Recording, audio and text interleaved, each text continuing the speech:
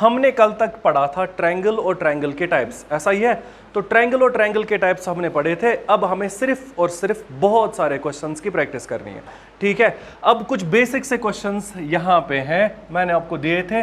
पहला क्वेश्चन किया सबने? चलो अब क्वेश्चन ने क्या बोला वो देखो ध्यान से। क्वेश्चन कह रहा है area of N isosceles triangle. तो हमारे पास एक आइसोसेलेस ट्रायंगल है जो कि ABC है, जिसमें AB बराबर है किसके? AC के। एंड ऑल्टीट्यूड इज AD, कितना? 3 सेंटीमीटर। तो A से जा रहा है D तक एक ऑल्टीट्यूड, इसकी लेंथ कितनी है? 3। तो ये ऑल्टीट्यूड गिवन है, बात समझ आई। और क्वेश्चन ने कहा इज 12 सेंटीमीटर स्क्वायर, और ऑल्टीट्यूड गिवन है, और 12 सेंटीमीटर स्क्वायर क्या है? एरिया। तो क्वेश्चन ने बोला the area of N isosceles triangle is 12 centimetre. Isosceles triangle का एरिया की फॉर्मूला कल पढ़ी थी, अगर याद होगी, क्या थी? b/4 under root of 4a² - b²। लेकिन आइसोसेलेस ट्रायंगल की अपनी फॉर्मूला है ना, शाबाश। तो एरिया बराबर है 1/2 बेस इंटू हाइट, और एरिया गिवन है कितना? 12, ऐसा ही है। अब यहां ध्यान से जब आप चेक करोगे तो 1/2 है, बेस नहीं पता, हाइट लेकिन पता है कितनी? 3 = 12, ऐसा ही है। तो इस मैथमेटिकल इक्वेशन में b नहीं पता, b मिल जाएगा। b बराबर होगा 12 × 2/3, ऐसा ही होगा। 3 1 जार 3 4 जार, b किसके बराबर आया? 8। b आया बराबर 8 के। कुछ समझ आया? अब जो b 8 आया, इट मींस यहां से लेके यहां तक 8 है। कल हमने आइसोसेलेस ट्रायंगल की प्रॉपर्टी पढ़ी थी कि altitude divides the unequal side in 2 equal हिस्से, यही पढ़ा था ना, जिसको बोला था altitude bisects the third side, या altitude bisects the unequal side. तो ये कितना आया? अगर ये 8 आया, ये क्या होगा? 4, ये भी क्या होगा? 4, यही पढ़ा है हमने। फिर कल हमने पढ़ा था पाइथागोरस ट्रिपलेट, ये 90 डिग्री है ना, 3 4 के साथ कौन बैठेगा? 5, 3 4 के साथ कौन बैठेगा? 5। यही चीज मैंने आपको कल भी बोली थी कि 3 4 5 वाला ट्रिपलेट बहुत ज्यादा इंपॉर्टेंट है, समझ आया? अब हमें क्या कंफर्म हुआ?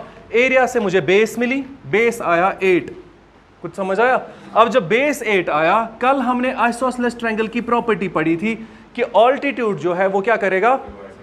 बाइसेक्ट करेगा, ठीक है। इट मींस अगर ये 8 है, ये होगा 4, ये होगा 4, ऑल्टीट्यूड होता है 90 डिग्री, उसका मतलब हो गया ये 3 4 है, ये भी 3 4 है। 3 4 के साथ कौन बैठता है? पाइथागोरस ट्रिपलेट होता है। 3 4 के साथ क्या आता है? 5। तो ये आया 5, ये आया 5, और ये कितना था? 8। अब क्या निकालना है? पेरीमीटर। पेरीमीटर बराबर होगा 5 + 5 + 8, आंसर कितना है? 18 सेंटीमीटर। समझ आया? अब पहला दिन याद करो, मैंने आपको बोला था मेंसुरेशन में असली में एरिया निकालते हैं, वॉल्यूम निकालते हैं, लेकिन आपको हर एक फिगर की प्रॉपर्टीज भी पता होनी चाहिए। तो ये वाला जो क्वेश्चन है सिर्फ और सिर्फ एरिया से सॉल्व नहीं होता, इसमें आइसोसेलेस ट्रायंगल की प्रॉपर्टी की वजह से क्वेश्चन सॉल्व हो पाएगा, समझ आया? तो मेंसुरेशन अगर सिलेबस में है, इट डजंट मीन आपको सिर्फ मेंसुरेशन पढ़ना है, आपको जियोमेट्री में जियोमेट्रिकल प्रॉपर्टीज भी पता होनी चाहिए। उसका मतलब ये हुआ मेंसुरेशन साथ में चलता है जियोमेट्री भी, समझ आया? अब इस क्वेश्चन में आइसोसेलेस ट्रायंगल गिवन था, उसके बाद ऑल्टीट्यूड गिवन था, एरिया भी गिवन था। ऑल्टीट्यूड गिवन था, एरिया गिवन था, बेस मिल जाएगी। बेस कितनी आई? 8, समझ आया? फिर आइसोसेलेस ट्रायंगल की प्रॉपर्टी, ऑल्टीट्यूड ब्रेक करेगा, ऑल्टीट्यूड 2 हिस्से करेगा, तो अगर ये 8 है वो 4 4 होगा। फिर पाइथागोरस ट्रिपलेट 3 4 के साथ क्या आएगा? और क्वेश्चन सॉल्व करेंगे, समझ आई बात? तो इस क्वेश्चन का आंसर कितना है? 18। अब आ जाओ नेक्स्ट क्वेश्चन पे। क्वेश्चन क्या कह रहा है? 3 sides of a triangular field are 15 meter, 20 meter और शाबाश respectively, find the area of the field. ये मैंने आपको क्वेश्चन दिया था, किसने किया? शाबाश। कॉपी दिखाओ, ऐसे दिखाओ, ऐसे उधर से ही दिखाओ। कैसे किया? रहने दो। हाँ आमिर, कैसे किया? कैसे निकाला एरिया? हाँ शाबाश, आपने इसको स्केलियन फॉर्मूला से किया। बच्चे क्या करते हैं, समझो ध्यान से, यहां अब स्पून फीडिंग नहीं चलेगी। एग्जाम में जब क्वेश्चंस पूछे जाएंगे ना, आपके कॉन्सेप्ट्स बहुत ज्यादा क्लियर होने चाहिए। ठीक है। अब जब ये क्वेश्चन देखोगे पहली नजर में आपको दिखेगा ये तो 3 साइड्स गिवन है, मतलब ए बी और सी, इसलिए हम निकालेंगे एरिया हीरोन्स फॉर्मूला से, under root of S into S minus A into S minus B into S minus C. यही दिख रहा है ना। तो अगर आप इस क्वेश्चन को ऐसे सॉल्व कर लोगे अच्छी बात है, आंसर मिल जाएगा जैसे उन बच्चों ने किया। क्या आंसर मिला? 150। ऐसे ही किया, शाबाश। तो चारडोरा वाले बच्चों ने ऐसे किया तो आंसर कितना आया? 150। यही किया ना। अब देखो ध्यान से, हमने कल पढ़ा था ट्रिपलेट, 3 4 के साथ कौन बैठता है? अब जरा इन नंबर्स को देखो, 15 20 के साथ क्या आया? मैंने आपको बोला इस एक ट्रिपलेट को कुछ भी इंटू करो तो नया ट्रिपलेट मिलेगा। 3 5 जार, 4 5 जार और 5 5 जार। तो ये जो तीनों नंबर्स है आपको शक्ल से दिखने चाहिए, ये तो राइट एंगल ट्रायंगल है। कहीं क्वेश्चन ने बोला था ये राइट एंगल ट्रायंगल है? नहीं, इसीलिए कल सिखाया था पाइथागोरस ट्रिपलेट। बात समझ आई? तो वहां से मुझे कंफर्म हुआ कि ये फिर होगा 15, ये होगा 20, ये कितना होगा? 25। क्वेश्चन में कहीं नहीं लिखे था ये राइट एंगल ट्रायंगल है, लेकिन मुझे समझ आया 3 4 5 अगर ट्रिपलेट था, इनका कुछ भी इंटू करो तो नया ट्रिपलेट भी मिल जाएगा। तो ये सीधे सीधे ट्रिपलेट था। समझ आया? अब बताओ एरिया किसके बराबर निकालोगे? 1/2 बेस इंटू ऑल्टीट्यूड। ठीक है, 2 1 जार 2 10 जार, 15 इंटू 10 इज, आपको ऐसे भी आंसर मिलेगा 150, हीरोन्स फॉर्मूला से भी आंसर 150 ही मिल जाएगा। ठीक है, समझा? लेकिन ये चीज़ें याद रखने की है। यहाँ पढ़ोगे, यहाँ यस यस करोगे, लेकिन ये चीज़ों को फिर एग्जाम में अप्लाई भी करना है। ठीक है, अब इस क्वेश्चन को जब आप ध्यान से देखोगे तो आपको समझ आएगा सर 3 साइड्स गिवन है ए बी सी, इसको हम हीरोन्स फॉर्मूला से सॉल्व कर सकते हैं। एग्जैक्टली इसको हीरोन्स फॉर्मूला से सॉल्व कर सकते हैं। लेकिन जब आप नंबर्स को ध्यान से देखोगे तो आपको समझ आएगा ये तीनों जो नंबर्स थे ये क्या थे? ट्रिपलेट बन रहे थे। अगर ये पाइथागोरस ट्रिपलेट है इट मींस ये कन्फर्म राइट एंगल ट्रायंगल होगा। समझ आया? तो डरने की कोई जरूरत नहीं है। जितना हमने कल तक बेसिक पढ़ा था वो याद रखो और क्वेश्चंस को सॉल्व करने की कोशिश करो। ठीक है, अब आ जाओ क्वेश्चन नंबर 4 पे, जो मैंने आपको थर्ड पे जो मैंने आपको दिया था। क्या बोला क्वेश्चन ने? The 3 sides of a right angle triangle are equal to 3 consecutive numbers. वही फिर से है, 3 साइड्स जो है वो 3 कंसेक्यूटिव नंबर्स है राइट एंगल ट्रायंगल के। ऐसा कौन सा ट्रिपलेट था जिसमें 3 कंसेक्यूटिव नंबर्स चल रहे थे? 3 4 5। बात समझ आई? तो इतना आसान क्वेश्चन है। मैं बस आपको ये समझा रहा हूं कि कल के पाइथागोरस ट्रिपलेट का कितना इंपॉर्टेंस है। ठीक है, ये क्वेश्चंस एग्जाम में पूछे जा चुके हैं। 3 sides of a right angle triangle are equal to 3 consecutive numbers. एक राइट एंगल ट्रायंगल के 3 साइड्स जो है वो 3 कंसेक्यूटिव नंबर्स के बराबर है। कल का ट्रिपलेट है, 3 4 के साथ कौन बैठता है? 5। क्वेश्चन ने बोला what can be the area of such triangle. इस ट्रायंगल का एरिया कितना होगा? तो राइट एंगल ट्रायंगल का एरिया बराबर होता है 1/2 base into height, 2 1 jar 2 2 jar 3 2 jar 6। इसका आंसर है ऑप्शंस में, ये इसका आंसर। आई बात समझ? तो बेसिक से क्वेश्चंस है ये, आगे जाके धीरे धीरे करके हम टफ क्वेश्चंस पे आ जाएंगे। बात समझ आई? लेकिन जितना आप फोकस बेसिक्स पे करोगे उतना आपका फायदा है। अब आ जाओ क्वेश्चन नंबर 4 पे। अब हमने थ्योरी कल तक पढ़ी थी ना सारी, अब बस बुक उठाओ, क्वेश्चन सॉल्व करो। ठीक है, आ जाओ नेक्स्ट क्वेश्चन पे। The area of right angle triangle whose base is 12 and hypotenuse is 13। तो क्वेश्चन ने कहा है एक राइट एंगल ट्रायंगल था, इसकी बेस कितनी है? 12 और हाइपोटेन्यूज क्या है? 13। ठीक है, बोल रहा है बताओ इस ट्रायंगल का एरिया किसके बराबर है? ट्रायंगल का एरिया किसके बराबर होता है? 1/2 बेस इंटू, इट मीन्स मुझे क्या निकालनी है? हाइट। निकाल सकते हो? शाबाश, निकाली किसी ने? शाबाश। कैसे निकालोगे? पाइथागोरस थ्योरम से। और यहां जब इसको आज सॉल्व करोगे ना और एक ट्रिपलेट मिलेगा, उसको भी ज़बानी याद रखना अगर हो गया तो। अब हम कहेंगे hypotenuse square is equal to base square plus perpendicular square, या फिर यहां का स्क्वायर वहां क्या बनता है? रूट। यही देखा है ना? ठीक है, अच्छा वैसे तो हमें ये सॉल्व करना है, हमें ये चाहिए ना परपेंडिकुलर, तो हम कहेंगे hypotenuse square is equal to base square plus perpendicular square. Perpendicular square बराबर होगा हाइपोटेन्यूज का स्क्वायर माइनस बेस का स्क्वायर। ऐसा ही है? ठीक है, बताओ हाइपोटेन्यूज का स्क्वायर 13 का स्क्वायर माइनस 12 का स्क्वायर। एग्जाम में ये लिखना नहीं है स्टेप बाय स्टेप, डायरेक्ट लिख सकते हो। ठीक है, ये क्या बना 169 minus is equal to P का स्क्वायर, कितना बना 25 इज इक्वल टू पी का स्क्वायर, इट मीन्स पी कितना है 5, ये कितना आया 5। अब याद रखना अगर दिमाग है तो, एक ट्रिपलेट कल याद किया था, ए के साथ क्या बैठेगा a√2, किया था ना याद। और एक ट्रिपलेट सबसे इंपॉर्टेंट कौन था 3 4 के साथ 5। अब जैसे जैसे आप क्वेश्चन सॉल्व करोगे और कोई और ट्रिपलेट मिलेगा, कोशिश करो उसको भी ऐसा डब्बा बनाने की और याद करने की। क्या बना 5 12 के साथ कौन आया 13। ठीक है, तो ये कुछ कॉमन ट्रिपलेट्स होते हैं एग्जाम में जो घूमते रहते हैं। समझ आया, आई बात समझ। अब जैसे मैंने आपको बोला था 3 4 5 को कुछ भी इंटू करो नया ट्रिपलेट मिलेगा, वैसे ही 5 12 13 को कुछ भी इंटू करो तो एक नया ट्रिपलेट मिलेगा। इतना क्लियर हुआ, समझ आया। अब क्वेश्चन ने बोला था एरिया निकालो, हमने पहले हाइपोटेन्यूज गिवन था, बेस गिवन था, हमने क्या निकाला परपेंडिकुलर। तो परपेंडिकुलर निकाला पाइथागोरस थ्योरम से, परपेंडिकुलर कितना आया 5। अब निकालो एरिया, एरिया किसके बराबर है 1/2, बेस कितनी है 12 और 5, 2 1 2 6 6 5 30, इसका आंसर है। ये भी कोई टफ क्वेश्चन नहीं था, एक आसान सा और बेसिक सा क्वेश्चन था। ठीक है, आई बात समझ। ठीक है, अब ये नेक्स्ट क्वेश्चन करते हैं, फिर आज कुछ नया पढ़ते हैं। अब हमारा काम सिर्फ इतना है, अब आपको पता है किस ट्रायंगल का किसका एरिया का क्या फॉर्मूला है। बुक खोलो और ट्रायंगल के क्वेश्चन सॉल्व करते रहो, जो जो आया अच्छी बात है, जो नहीं आया बस उसका फोटो लेना, कल मुझे दिखाना। ठीक है, अब आगे जाए, शाबाश। नेक्स्ट क्वेश्चन पढ़ो, क्वेश्चन नंबर 5। पहले क्वेश्चन को समझा करो कि क्वेश्चन ने क्या बोला। बोल रहा है राइट एंगल ट्रायंगल का area, the area of right angle triangle is 40 times its base. तो हम कहेंगे area is equal to 40 times base, और हमें क्या निकालनी है उसकी। ये कोई क्वेश्चन ही नहीं था, एक आसान सा क्वेश्चन था। एरिया किसके बराबर है 1/2 base into height is equal to 40 B cancel, ये 2 वहां मल्टीप्लाई हो जाएगा, h is equal to 40 into 2 क्या बना 80, इसका आंसर है।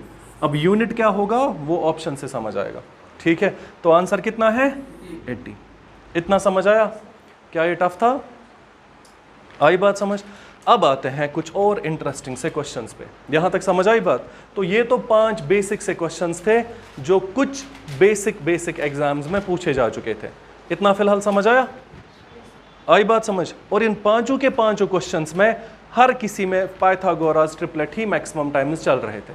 ठीक है, अब आप क्या करोगे, एक ट्रिपलेट याद किया था 3 4 के साथ क्या है 5, एक ट्रिपलेट कल याद किया था a के साथ क्या आएगा a√2। आज हमने क्वेश्चन सॉल्व किया, सॉल्व करते करते 12 13 के साथ कौन आया 5। इन तीनों में से सबसे ज्यादा कौन है, वही होगा हाइपोटेन्यूज। ऐसा ही है, आई बात समझ। अब एग्जाम में जब क्वेश्चंस पूछे जाएंगे, जितना हमने पढ़ा है उसी के हिसाब से क्वेश्चंस पूछे जाएंगे, लेकिन लेवल थोड़ी सी टफ होगी। और लेवल टफ का मतलब ये नहीं कि क्वेश्चन गलत होंगे, क्वेश्चंस में अब कुछ एप्लीकेशन बेस्ड क्वेश्चंस आ जाएंगे। जैसे नेक्स्ट क्वेश्चन लिखो, द लेंथ ऑफ, लेंथ नहीं बेस लिखना, the base of a triangular field, the base of a triangular field is 40 meter. तो एक ट्रायंगुलर फील्ड था, उसकी बेस कितनी है 40, and its altitude is 30 meter. तो हमारे पास एक ट्रायंगुलर फील्ड था। ठीक है, हमारे पास क्या था, एक ट्रायंगुलर फील्ड जिसकी बेस और ऑल्टीट्यूड या बेस और हाइट गिवन है। Find the cost of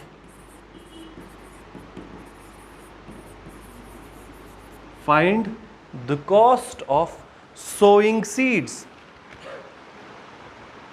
find the cost of sowing seeds। हमें क्या करना है, इसमें सीड्स लगाने हैं, उनका कॉस्ट बोलना है।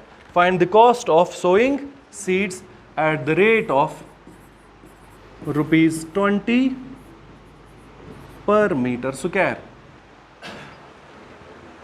Eight the rate of rupees कितना 20 पर मीटर स्क्वायर। अब यहां देखो ध्यान से, हमें क्या निकालना है, कॉस्ट। क्या निकालना है, हमें देखना है मुझे कितने पैसे लगेंगे। अब यही question cost of sowing seeds हम ट्रायंगल में पढ़ रहे हैं ना, यही आपके रेक्टेंगल में भी चलेगा, स्क्वायर में भी चलेगा, सर्कल में भी चलेगा, आगे जाके 3D मेंसुरेशन के हर एक टॉपिक पे चलेगा। ठीक है, अब क्वेश्चन ने बोला कि एक ट्रायंगुलर फील्ड था जिसमें बेस कितनी थी 40 और ऑल्टीट्यूड कितना था 30। इस ट्रायंगुलर फील्ड में सीड्स लगाने हैं। ठीक है, अब ये सीड्स जो है ना ये कहां लगेंगे, शाबाश, तो सीड्स लगेंगे एरिया में। नेक्स्ट क्वेश्चन हमसे क्वेश्चन पूछेगा, यहां बोला ना cost of sowing seeds, next question हमारा बनेगा कॉस्ट ऑफ फेंसिंग। अब ध्यान से देखना, तो एक में पूछा कि इस फील्ड को क्या लगाओ, सीड्स कहां लगेंगे, एरिया में। नेक्स्ट क्वेश्चन बोलेगा फेंसिंग के पैसे बताओ कितने लगेंगे, फेंसिंग कहां लगेगी, शाबाश, तो सीड्स लगेंगे एरिया में।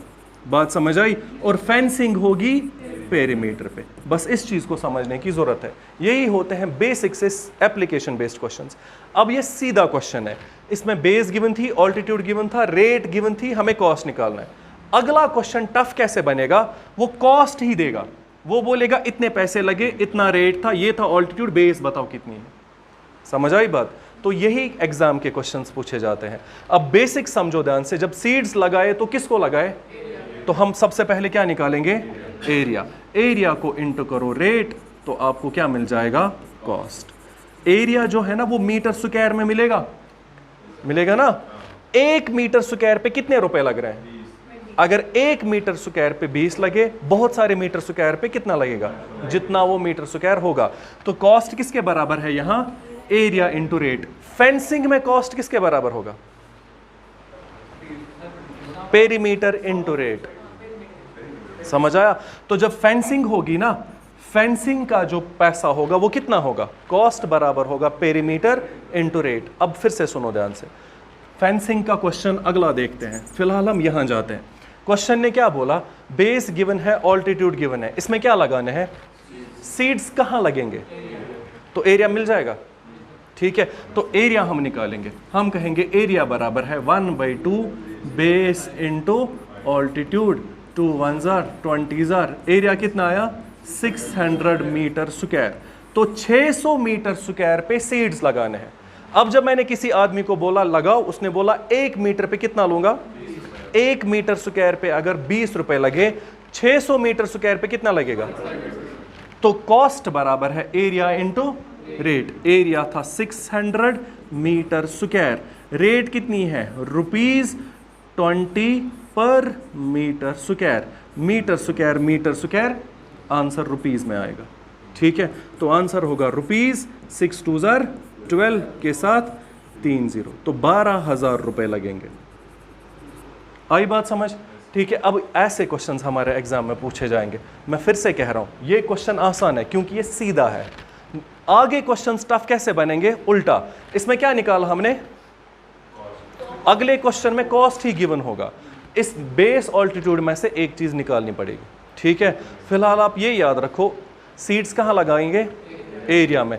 ग्राउंड को ठीक करना है तो क्या करना होगा, एरिया को ही। अगर ग्राउंड को कवर करना है, फेंसिंग करनी है, वो कहां हो जाएगी, पेरीमीटर पे। समझ आई बात। ठीक है, तो ये आसान से क्वेश्चंस होते हैं। अब हमें कॉस्ट निकालना है, तो कॉस्ट किसके बराबर होगा, एरिया इंटू रेट। एक क्वेश्चन खुद करोगे, मैं फिर से कह रहा हूं ये बेसिक से क्वेश्चंस हैं। ठीक है, बस आज हम बेसिक क्वेश्चंस पढ़ेंगे, कल हम इसके टफ क्वेश्चंस पढ़ेंगे। ठीक है, लेकिन समझो ध्यान से हुआ क्या, जब ये वाले क्वेश्चंस अच्छे से आएंगे ना, तभी जाके टफ क्वेश्चंस भी सॉल्व कर पाओगे।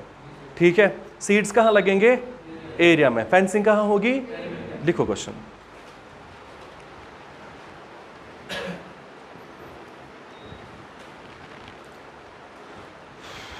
समझ आया इतना, चलो शॉर्ट लिखो, ऐसे लिखो, base is equal to 30 meter, height is equal to 18 meter, find cost of sowing seeds at the rate of ₹12 per meter square.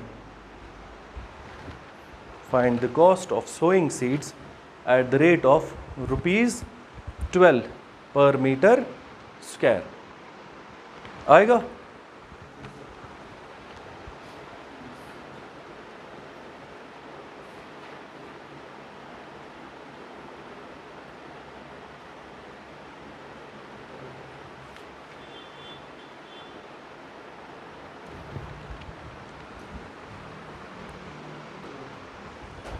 तो ये आसान सा क्वेश्चन है, जैसे अभी सॉल्व किया था वैसे ही करेंगे। अब सुनो, डायरेक्ट हम बोलेंगे ना, कॉस्ट किसके बराबर होता है, एरिया इनटू, तो इधर ही पुट करो सारा। एरिया कितना है 1/2 base into height into rate कितनी है 12। तो सॉल्व करो, 2 1 ज़ा 2 6 ज़ा, तो आंसर है 30 इंटू 18 इंटू 6 किया कितना 340, ये इसका आंसर है।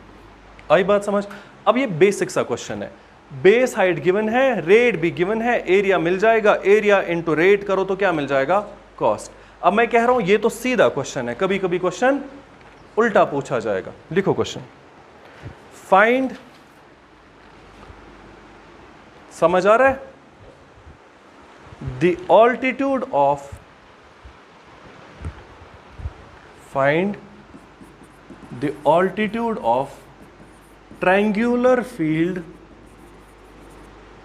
find the altitude of triangular field of base 80 meter of base 80 meter, comma, whose cost of sowing seeds, whose cost of sowing seeds at the rate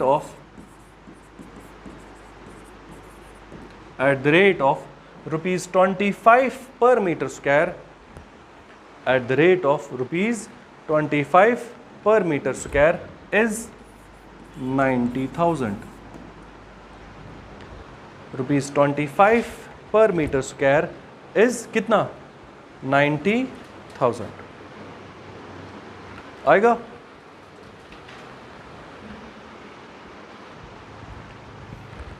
इन वाले क्वेश्चंस में अब time नहीं लगना चाहिए। कितना ठीक है बोलो, 19 के 90,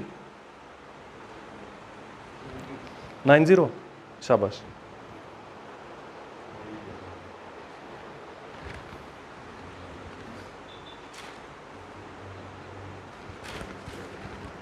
हो जाना चाहिए था इतनी देर में।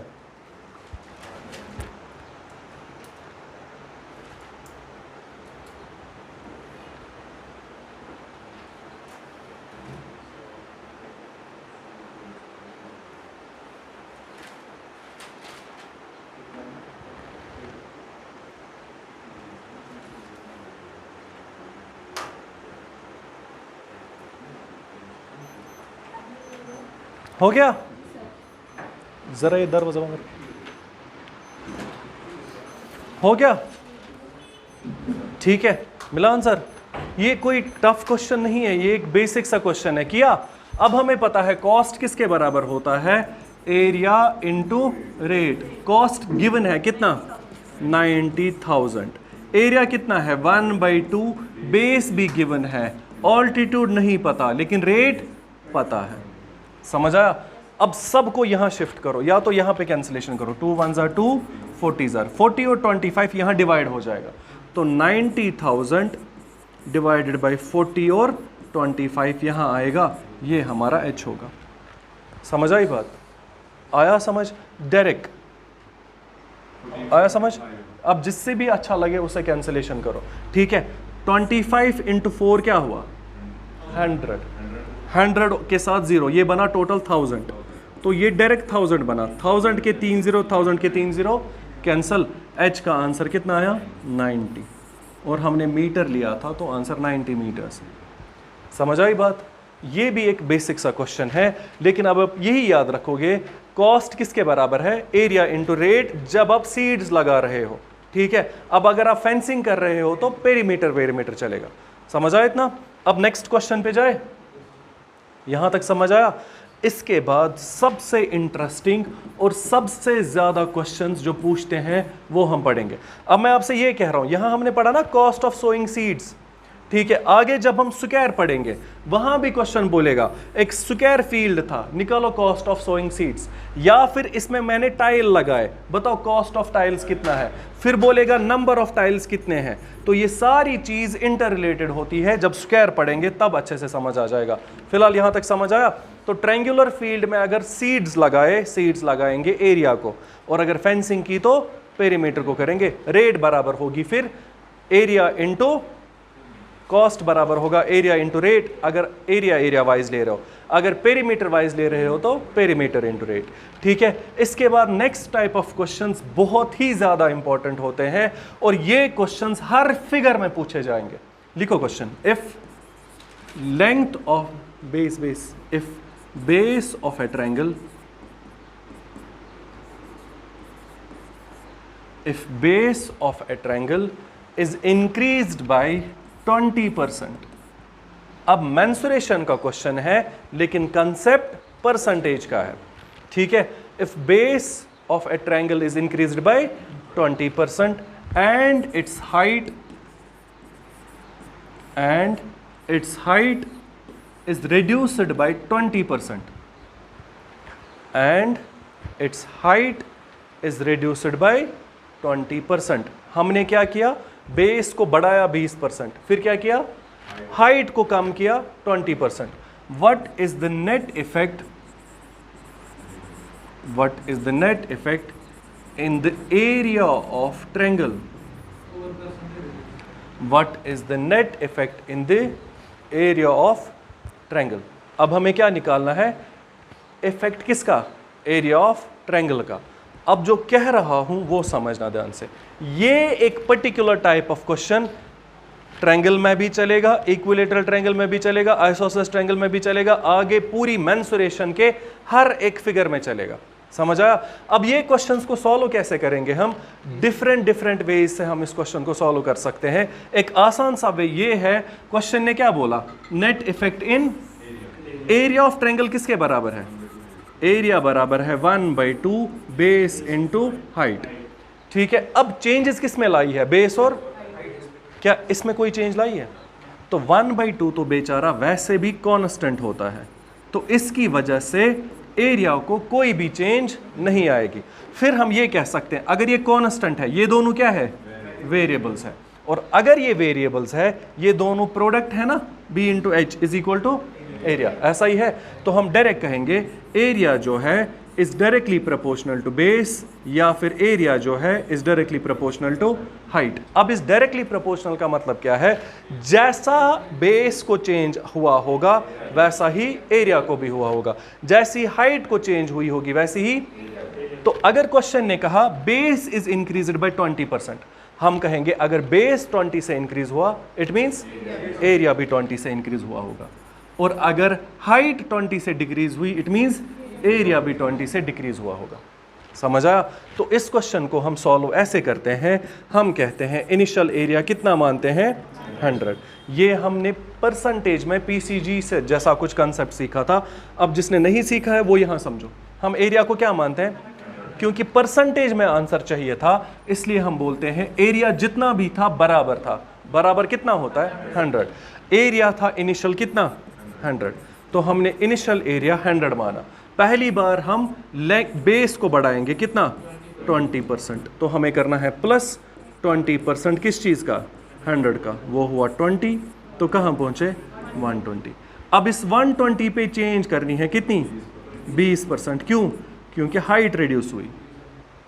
आया समझ?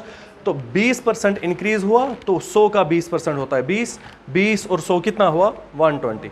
अब हमें हाइट को कम करना है कितना, किस चीज़ का, 20%, इसका, तो माइनस करना है 20% ऑफ 120। 20% कैसे निकालते थे परसेंटेज में, 10 से, तो इसका 10% है 12, 20% होगा 24, तो इसको -24 करो। 120 को जब 24 माइनस करेंगे तो क्या आया, अब एरिया पहुंचा इधर, और ये एरिया कौन सा एरिया होगा, फाइनल। तो फाइनल एरिया है 96। इनिशियली कितना था, अब इसमें क्या किया, इस क्वेश्चन को हमने परसेंटेज चेंज ग्राफिक से सॉल्व किया, ठीक है, और उसके लिए हमें परसेंटेज निकालना आना चाहिए। इसीलिए मैं रोज कहता हूं परसेंटेज ही एक बेसिक सा चैप्टर होता है जो एक बच्चे को पता होना चाहिए। आई बात समझ? अब ये कहानी हमने परसेंटेज वाले चैप्टर में पढ़ी है, अच्छे से समझ आया? तो इंक्रीज करेंगे 20%, वो हुआ +20, डिक्रीज करेंगे 20%, इसका 20% कितना हुआ? 20% कैसे निकालते हैं? 10-10 करके, तो 24 हुआ। इनिशियल एरिया था 100, फाइनल कितना है? एरिया बढ़ा है कि घटा है? रिड्यूस हुआ है। कितना? तो क्वेश्चन ने बोला what is net effect in area, हम बोलेंगे एरिया इज रिड्यूस्ड बाय 4%, ये इसका आंसर है। आई बात समझ? अब ये एक पर्टिकुलर क्वेश्चन एक बार नहीं 1000 बार अलग अलग एग्जाम्स में पूछा है। अब वो शायद ट्रायंगल पे नहीं होगा, रेक्टेंगल पे होगा, रेक्टेंगल पे नहीं सिलेंडर पे हो सकता है, सिलेंडर नहीं क्यूबॉइड पे हो सकता है, लेकिन यह ऐसा एक particular type of question confirm exam में पूछा जाएगा। बात समझ आई? अब ऐसे टाइप ऑफ क्वेश्चन को सॉल्व करने के बहुत सारे वेज है। एक वे होती है फॉर्मूला से सॉल्व करो, अभी सिखाता हूं वो फॉर्मूला भी। सेकंड वे है पीसीजी से सॉल्व करो, और बेहतर है इसी पीसीजी से सॉल्व करो। समझा? अब इस मेथड को क्या बोला जाता है? पीसीजी। समझ आई बात? एक एक्सपेक्टेड क्वेश्चन होगा एग्जाम में, ठीक है? समझ आया इतना? अब क्वेश्चन ने क्या बोला था? बेस इंक्रीज हुई है 20%। यहां से मुझे समझ आया area is equal to 1/2 base into height. जैसे हम कहते हैं area is equal to 1/2 base into height, 1/2 तो कॉन्स्टेंट है, वो चेंज नहीं होगा। Area is directly proportional to base, area is directly proportional to height. Directly proportional का मतलब है जो बेस को हुआ होगा वही एरिया को भी हुआ होगा। जिस हिसाब से बेस बढ़ेगी उस हिसाब से एरिया भी बढ़ेगा, जिस हिसाब से बेस कम होगी उसी हिसाब से एरिया भी कम होगा। अब क्वेश्चन ने बोला था बेस बढ़ गई 20% से, हम क्या कहेंगे? एरिया बढ़ गया 20% से। हाइट 20% से कम हुई, इट मींस एरिया 20% से कम हुआ। समझ आया? इस क्वेश्चन के लिए शॉर्टकट भी है, लेकिन वो शॉर्टकट सिर्फ तब चलेगा जब जितना परसेंट इंक्रीज हुआ होगा उतना ही परसेंट डिक्रीज भी हुआ होगा। लिखो नोट में। फिलहाल यहां तक समझ आया? तो हमारा आंसर क्या आया? Decreased bye 4%। अब इस क्वेश्चन को देखो ध्यान से, कितना परसेंट बढ़ा? अब हम कहेंगे ना एरिया 20 से बढ़ा और एरिया 20 से घटा। एक फॉर्मूला आती है जिसमें जितना परसेंट इंक्रीज किया उतना ही परसेंट डिक्रीज भी हुआ, तब एक फॉर्मूला चलती है। लिखो क्वेश्चन, क्वेश्चन नहीं नोट करके। If a number is increased by a%, याद रखना ये फॉर्मूला, आप चाहो तो पीसीजी से सॉल्व कर सकते हो, लेकिन अगर कभी ऐसा हुआ कि जितना परसेंट इंक्रीज हुआ उतना ही परसेंट डिक्रीज हुआ तो फॉर्मूला से कर लेना। क्या लिखा? If a number is increased by and then decreased by a%, if a number is increased by a% and then decreased by वही a%, then the net effect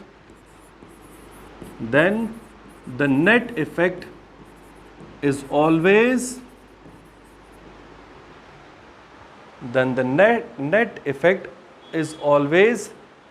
तो नेट इफेक्ट जो है वो कितना होता है? is always reduction of, तो reduce हुआ होता है।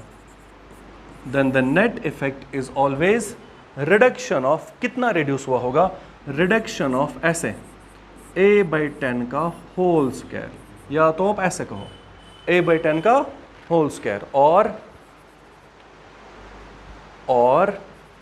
a²/100।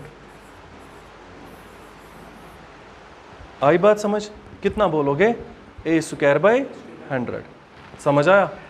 ठीक है। अब यहां चेक करो ध्यान से। अब हमने क्या देखा? हमारे क्वेश्चन में क्या बोला था? 20% से इंक्रीज और 20% से डिक्रीज। जितना परसेंट इंक्रीज हुआ उतना ही परसेंट डिक्रीज भी हुआ, तो हम बोलेंगे नेट इफेक्ट क्या हुआ होगा? डिक्रीज। कितना?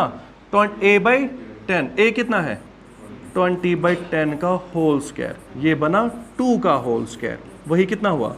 4। वही तो हमें आंसर मिला था। यहां साथ में लिखना परसेंट, ठीक है? a/10 का होल स्क्वायर परसेंट या फिर a² बाय 100%। समझ आया? मिला आंसर? यही था ना पीछे भी। या तो यहां से सॉल्व करो, 20 का स्क्वायर डिवाइडेड बाय 100। 20 का स्क्वायर कितना हुआ? 400। 400 बाय 100, 2020, आंसर क्या आया? 4%। ठीक है, तो ये एक छोटी सी फॉर्मूला है जो हम याद कर सकते हैं। ठीक है, लेकिन इसकी शर्त है। शर्त क्या है? जितना परसेंट इंक्रीज हुआ होगा उतना ही परसेंट। अब अगर कभी ऐसा हुआ बेस 20% से बढ़ गई, हाइट भी 20% से बढ़ गई, तब चलेगी? तब ये फॉर्मूला नहीं चलेगी। तो ये फॉर्मूला या ये शॉर्टकट सिर्फ तब चलेगा जब जितना परसेंट इंक्रीज होगा उतना ही परसेंट डिक्रीज भी हुआ होना चाहिए। उल्टा भी चलेगा, अगर पहले ही डिक्रीज किया बाद में इंक्रीज किया फिर भी यही चलेगा, लेकिन जितना परसेंट इंक्रीज उतना परसेंट डिक्रीज होना चाहिए। समझ आया? अब इस क्वेश्चन को सॉल्व करने के हमने दो तरीके सीखे। एक शॉर्टकट, लेकिन शॉर्टकट की लिमिटेशन है। लिमिटेशन क्या है? ये सिर्फ तब चलेगा जब जितना परसेंट इंक्रीज होगा उतना ही परसेंट। अब अगर ऐसा होगा बेहतर है ऐसे ही करना, अब अगर सेम नहीं होगा बेहतर है ऐसे सॉल्व करना। ठीक है, एक क्वेश्चन करोगे खुद? लिखो क्वेश्चन। समझ आया इतना? लिखो, base of A triangle, base of a triangle is increased by 50%. Base of a triangle is increased by 50% and its height is increased by 20%. दोनों जगह इंक्रीज है, सेम की तो बात ही नहीं है अब। and its height is increased by कितना? 20%. What is the net effect in the area? What is the net effect in the area? बताओ एरिया का नेट इफेक्ट क्या होगा? चुपचाप करके अपना अपना question within 20-30 second answer मिल जाना चाहिए। शाबाश।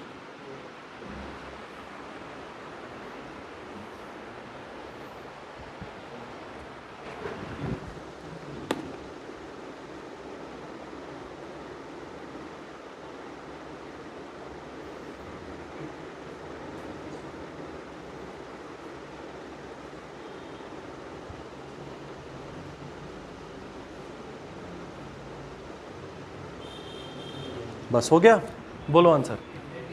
शाबाश, 80% इंक्रीज इसका आंसर है। अब हम कहेंगे इनिशियल एरिया हम कितना मान रहे हैं? 100 को पहले बेस इंक्रीज होगी 50%, इसका 50% कितना है? 50। ठीक है, तो कितना हुआ? 150। उसके बाद फिर से बढ़ाना है हाइट को, कितना? किसी भी नंबर का 20% कैसे निकालोगे? उस नंबर का 10 को डबल करो। इस नंबर का 10% कितना है?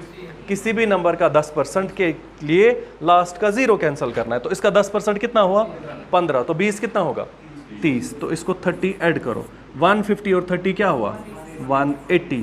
तो इनिशियल एरिया था 100, अब हुआ है 180। इंक्रीज कितना हुआ? 80। आउट ऑफ 100 ही है तो कोई परसेंटेज खुद बनेगा, इसलिए हमारा आंसर है इंक्रीज्ड बाय 80%।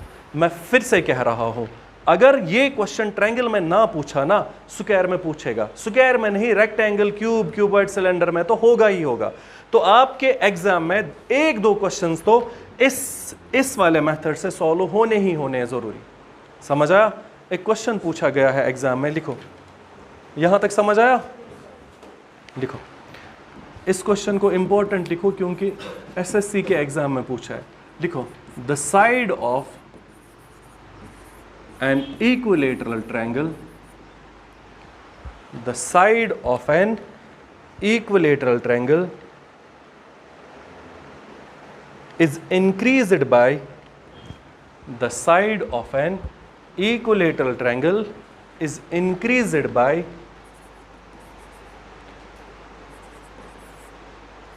30%,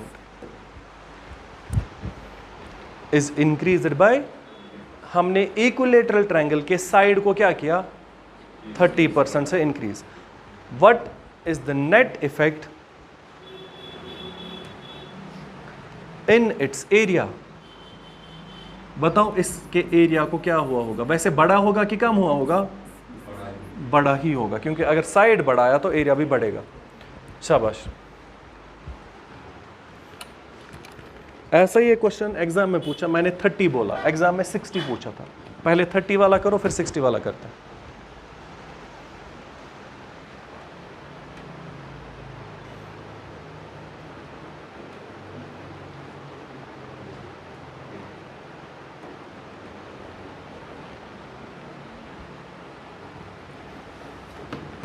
आएगा।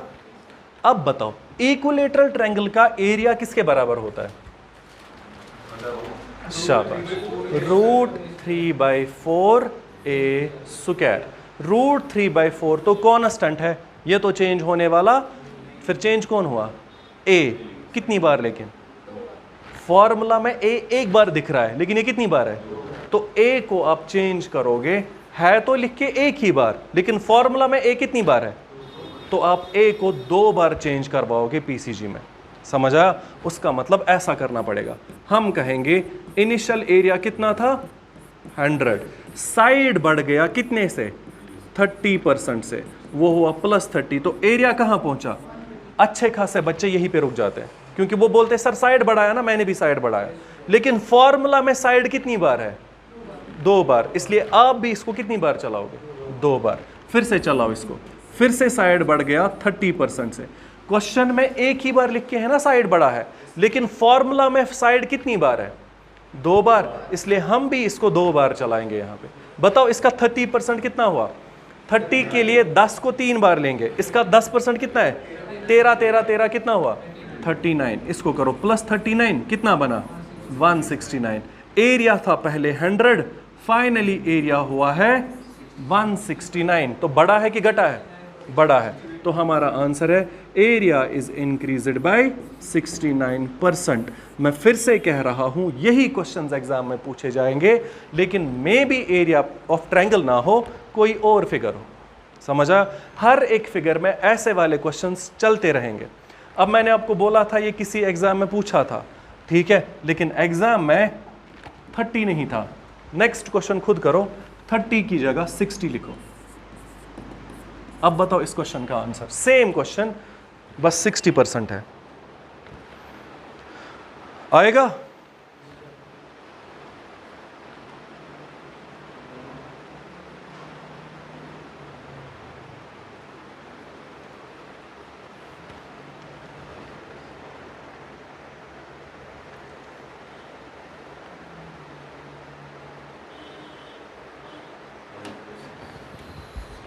आया समझ? शाबाश।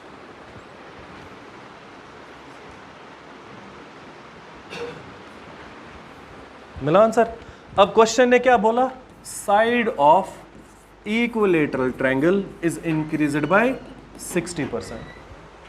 ठीक है, तो side of equilateral triangle is increased bye 60%। Equilateral triangle का साइड बढ़ गया है कितने परसेंट से? 60% से। आएगा सॉल्व करना? शाबाश। अब हम कहेंगे 100 तो 100 था, अब इस 60 को कितनी बार लेना है? 2 बार। ठीक है, 100 को पहली बार 60% इंक्रीज करेंगे, वो तो सीधे +60 हुआ। कहां पहुंचे? अब इस 160 पे फिर से 60% का इंक्रीज करना है। समझा? किसी भी नंबर का 60% कैसे निकालोगे? 10 को इंटू 6 करो या 50 को 10 ऐड करो। बोलो इसका 50 कितना है और 10 कितना है? कितना हुआ? 96। तो 160 और 96 हो गया 256। समझ आया? तो 100 से कहां गया? 256 तक। इंक्रीज हुआ कि डिक्रीज? कितना? 156। तो हम कहेंगे एरिया इज इंक्रीज्ड बाय 156%। इतना समझ आया? ये आज जो हमने पढ़ा, कल तक हमने ट्रायंगल्स की थ्योरी पढ़ी थी, फॉर्मूला पढ़ी। आज हमने कुछ बेसिक से क्वेश्चंस किए, कल भी कुछ बेसिक से क्वेश्चंस करने के बाद टफ क्वेश्चंस पे आ जाएंगे। ठीक है, कल इसको कंटिन्यू करते हैं, लेकिन घर में जाके अच्छे से रिवाइज कर लो पहले।